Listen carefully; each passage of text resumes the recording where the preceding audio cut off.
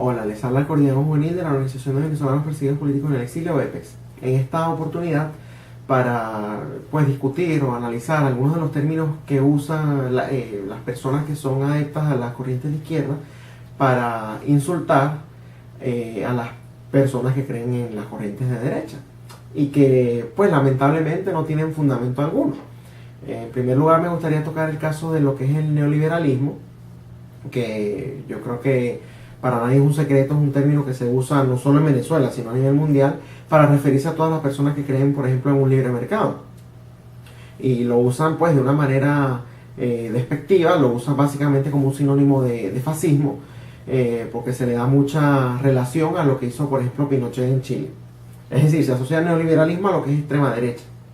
En realidad, eso lo que demuestra es una desinformación enorme que hay al respecto.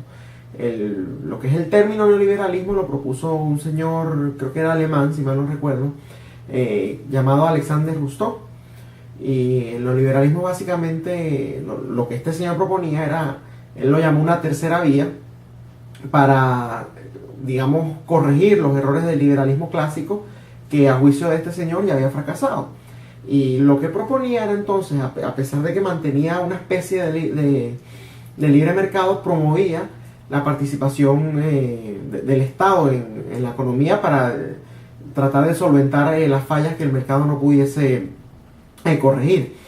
También promueve un Estado benefactor amplio, etcétera, etcétera.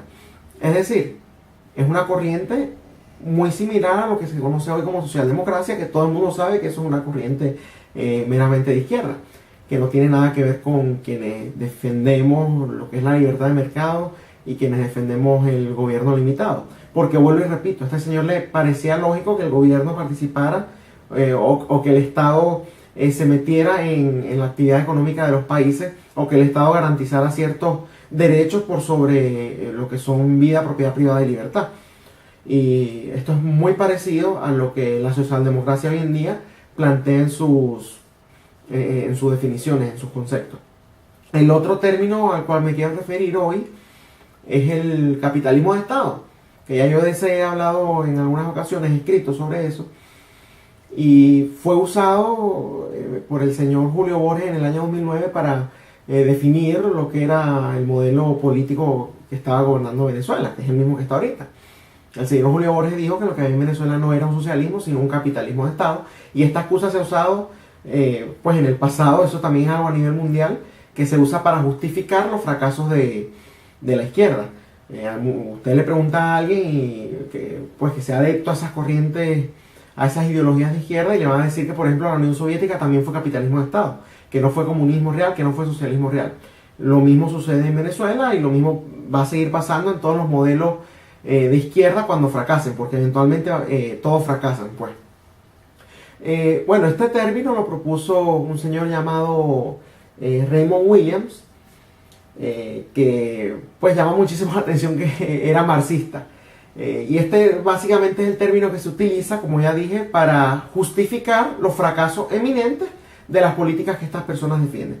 En su teoría, lo que establece el capitalismo de Estado es que, a pesar de que la economía es planificada y centralizada, se maneja de una manera como si fueran empresas privadas. ¿Por qué? Porque siguen habiendo cosas como los salarios, por ejemplo. Entonces yo creo que ya llegó la hora de informarnos un poco más al respecto, desmontar todos estos términos que están siendo usados de una manera que no es correcta.